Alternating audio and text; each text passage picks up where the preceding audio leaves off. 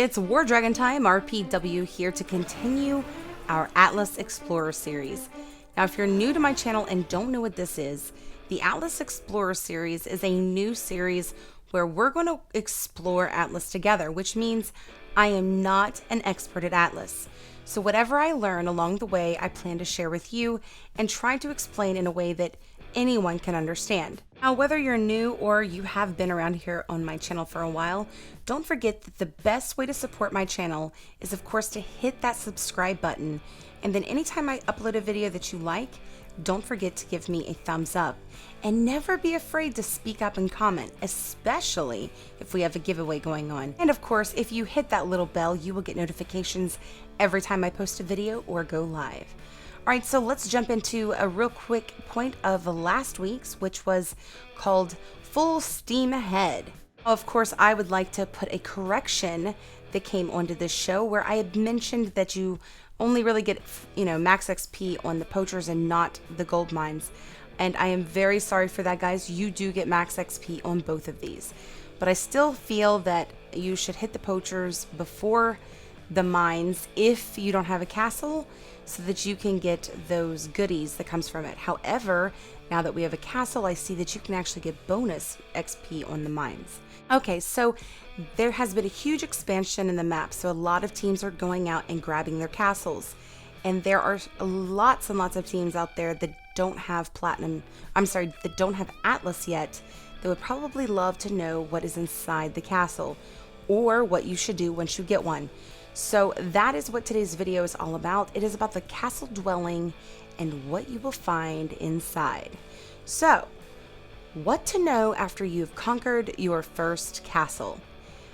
The one thing I want to point out is that the castle is basically just a collection of the different things within inside of it, the different infrastructures. And there are several different infrastructures within each castle. Of course, each will have their own particular purpose, and you will have to upgrade these. So let's go over the exact details of their purpose, and then we'll talk a little bit about the upgrading as well. And then when it comes to the upgrading, I'm going to give you what my personal strategy is for my team's castle that maybe you can follow by, or you can kind of edit it to what you feel your team's needs are. When you click on your castle and you click details, it's going to bring open a menu, and I've kind of put this together elongated so you guys can see it. You'll be able to scroll through from tile to tile. For example, right here, if I click on this is the Primarchs tile. This is going to give you an overview of what Primarchs are currently sitting on your castle.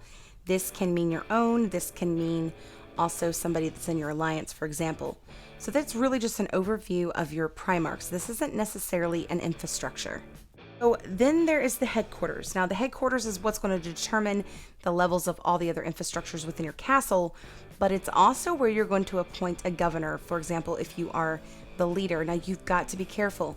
Whoever you appoint as the governor can leave with that castle. So you want to make it either the leader or somebody you trust with no doubt.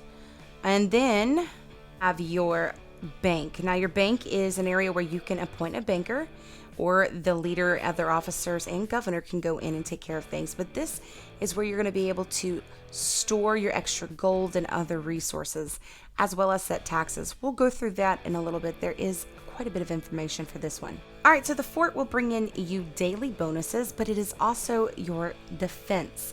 So fort being short for fortification, it's basically the defenses for your base. I'm sorry, I mean castle. Anyways, the next would be the tower tile. Now this is going to help reduce the training time for your troops, as well as makes a portal for your team to travel from land to land. But the last I've checked, according to the most updated stuff that I found, unless I'm wrong, and please correct me if I'm wrong, portals are no longer in service in Atlas at this time. Then of course there's your refinery tile, which is going to increase bonuses on crafting materials. And then last but not least, you're going to have your barracks and ranks tile, which are really just specific for being able to click on it and get information as to how many troops you have and transfer over, where the rank is going to talk about your team ranking within any Atlas events. Okay, so when it comes to the infrastructure and their details and what I consider to be high priority, and why we're going to go ahead and go through each of these specific infrastructures that are in the castle and go ahead and talk about what each one does and if it's high priority, low priority, or medium priority. Okay, so the first thing we're going to jump into is the headquarters, because this specifically is going to determine the maximum levels of the other infrastructures in your castle. So, for example, you may not have enough gold to build something, but if your headquarters isn't big enough, you still won't be able to upgrade something else without it. So for that reason, this is definitely high priority. It's always going to be the first thing you upgrade before you move on. Now, the headquarters is controlled by the castle's governor that is usually appointed by somebody within the team, like a leader or whatever. However, a leader is able to, access a lot of the same things as the governor. Now, one of the things you need to know is when you choose your governor to choose carefully, because if your governor decides to leave your team, your castle leaves with that person. Right, so your, of course, your XP whenever you're attacking your HQ-owned mines are going to actually increase or give you a bonus percentage. And of course, this depends on how many you own and what level they are. So that means basically if you go attack a gold mine and it's leveled up, you're going to get a bonus amount of XP. But like I said, it depends on what level it is and how many you own as to how much. The maximum will be at 50%. Now, all castles have an upkeep cost, guys. And the better the castle, the more expensive. So if you're not ready to pay out gold to, level up the things in your castle and to get people to go in and collect gold to be able to pay upkeep on it, then it's not time to get a castle. A castle is going to have upkeep, unfortunately. So if you don't pay, everything in your castle is going to shut down for 3 days, which in turn means you could very well lose your castle to other attackers. If you would like to rename your castle, which we did, you can rename this. However, you can find that in future upgrades, the more you do it, for example, the more expensive it becomes. We noticed the first time it was free for us. Now, one of the things you need to know in the future, which we'll talk about in a future video, is let's say you've taken another castle and you've gotten rid of this one or someone took it. This is where you're going to go in your new castle to set up your infrastructures from another castle into the new one, if that makes any sense. So we'll go over that in another video. I really don't know a lot about that. I don't have a lot of details, nor do I have the experience to show you guys imagery or videos. So for now, we'll just wait till later. Now, again, I want to point out this particular tile or infrastructure, whatever you want to call it, is going to be a high level priority upgrade for you and your team. Now, another high priority is going to be your bank. And the reason the bank is high priority is because without enough gold storage, you're not going to be able to continue upgrading something that costs so much gold. Now, with the bank, the only people that can actually control the banking functions are going to be bankers, leaders, governors, and officers. Now, levels will be determined how much bonus gold you're going to get. So, for example, when you go and attack an HQ mine, depending on the level of your bank will depend on how much your bonus is that you're getting in. Now, bank level determines, of course, your storage capacity. Of course, this plays a very important role in your upgrading. Now, here's where the tax rate can be set by a banker, leader, governor, or officer. Now, my recommended settings, except for in the very beginning, the first day or so, you might want to knock it all the way up to 100%, maybe a little less. But I recommend at this point a 20% rate. And then you can, of course, adjust this with your team needs. So if you have a bunch of people in your team that are giving away a lot, they're donating a lot to the base or to the castle because they want to see it grow, then you may not need to ask for as much. However, if you have very, very few people donating, then you might want to bump it up so that other players are having to, of course, be a part of the growth as well. Now, another thing in there you'll find is a sortable ledger. You can actually go in and you can see by rank. You can click a little thing and it'll sort it out so you can see exactly who has donated what or how much taxes each person has paid. Now, this is also where the players are going to go on your team to actually make donations, and then you're going to be able to actually send out resources to other players. Now, the thing about players going in and donating, this is something you need to let everyone know. Your gold is not protected. So if you've done your runs and you've still got 150,000 gold and no one else needs it or whatever, they need to know that they should go dump that into the bank, because the bank is going to need it anyways. And if not, if they get attacked, someone else is going to take it. So why not let it be for the team instead? Now, another point out is you're going to actually be able to distribute resources from there, but usually this is only something that a banker or a governor or so forth can do. And they aren't able to send any more than about 10% of that capacity in your bank. Now, they can be delayed when you transfer these out if for any reason there is any type of enemy Primarch parked at your castle. Try to keep that in mind. So if someone sends you resources from the bank and there is a Primarch parked there at any point, it might take longer for it to get to you. Now, these transfers, like I said, can usually only be done by leaders, bankers, and so forth. And then donation caps are higher than what our transfer caps are. So when you transfer somebody lumber, donate to a person, it will be less than here, because you're actually going to be able to send up to 15% of your max storage. And then, of course, just like the headquarters, the bank, holds a key role in building up the other bases, the other infrastructures, because without a big enough bank, again, you won't have the funding to upgrade the other items. Well, this isn't so much strategy, but I think it's fact that it is a high-level priority to upgrade this, because without it, you would not be able to upgrade other items. Outside of those two particular infrastructures, this to me is the most important infrastructure within your castle. The fort is going to be key role in what the defenses are like in your base. They're also going to be what increases the bonuses when it comes to your breeding tokens, expedites, or the troops that you earn in your daily bonuses, okay? Now, those daily bonuses that you get are going to be determined by the fort's actual level and how many you own. Now, it is said that the fort is an extremely important defensive infrastructure because it enables defense functions such as shields and blockades.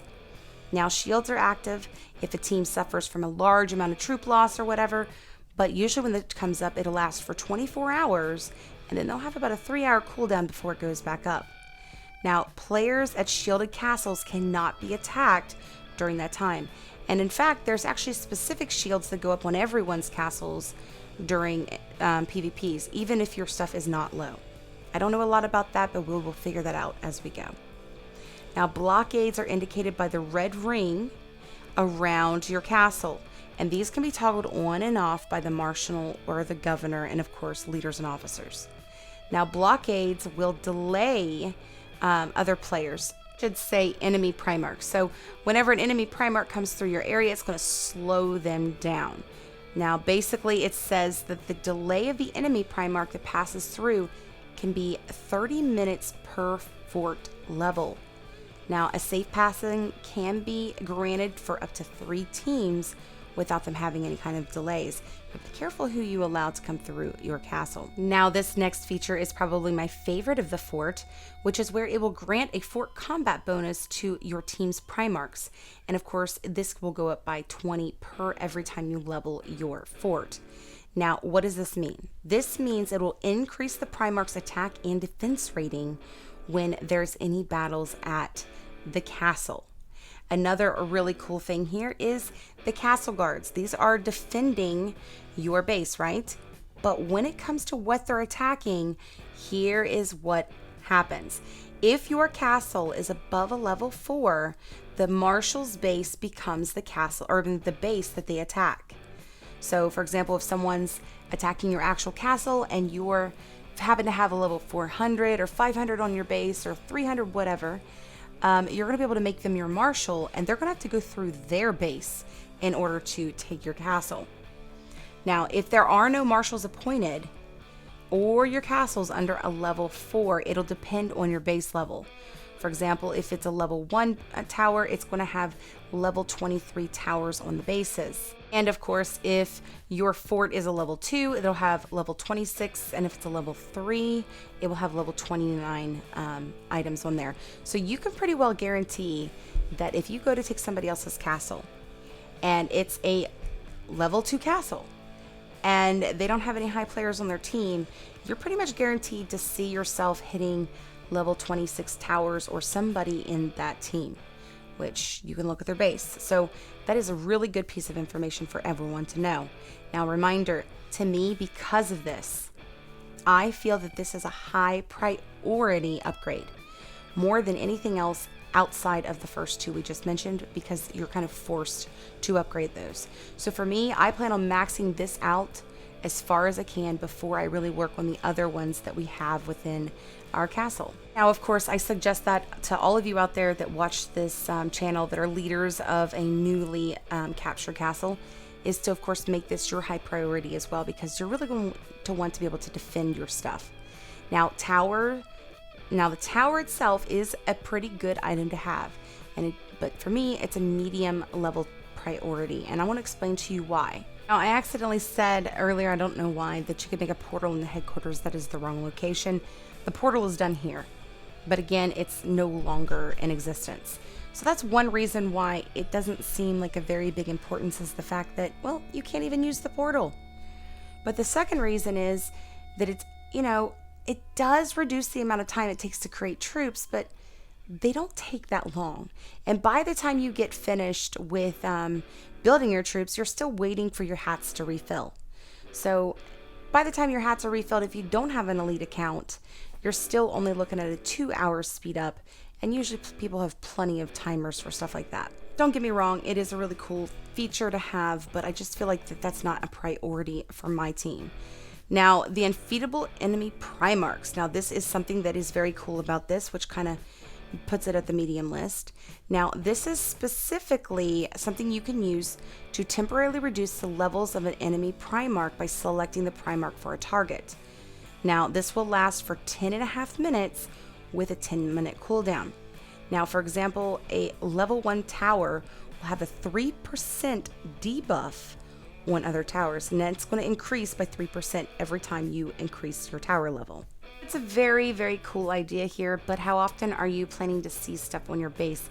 I don't know. I'm not saying that it's not worth it, but I just feel like that for me, the fort outdoes the tower when it comes to priority.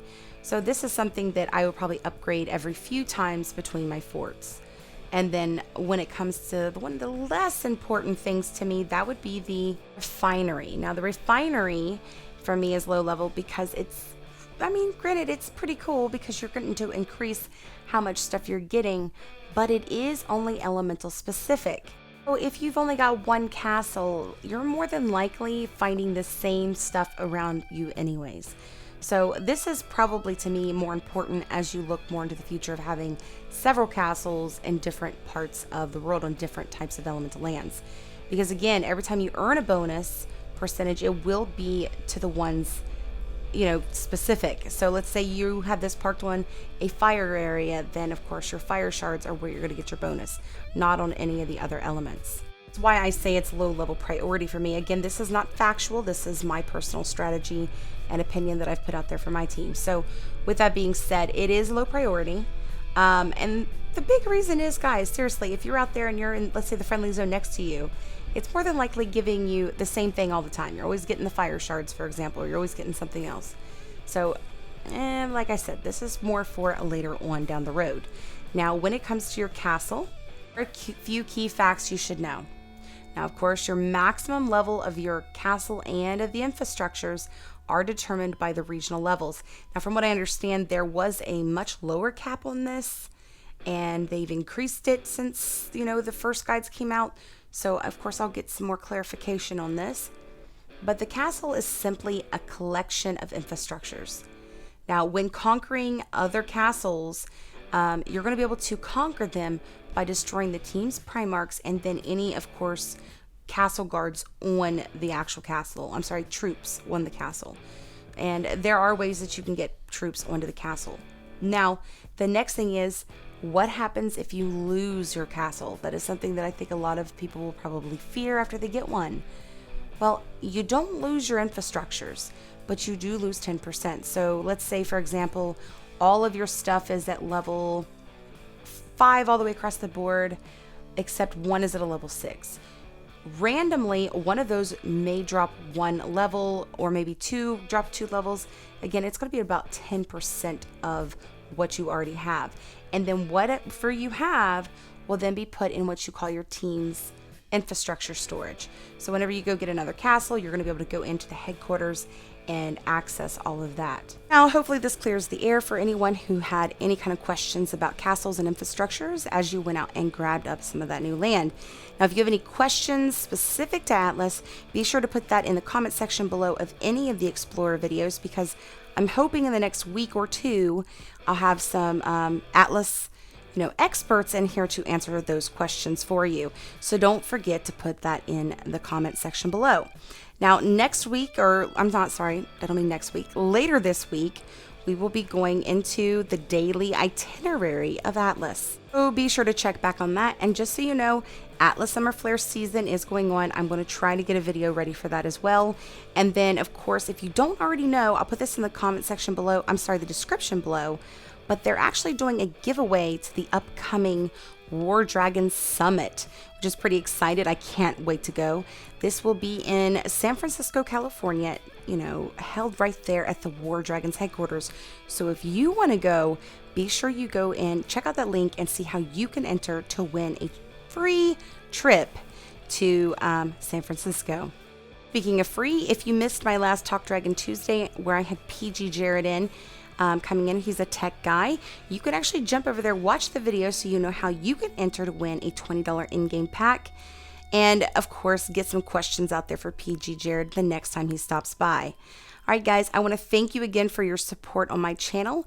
Don't forget to share these with other players that you may know, and if you like my video, of course, give it a thumbs up, and don't forget, if you haven't already, to subscribe to my channel and hit that bell for notifications. Alright guys, happy hunting!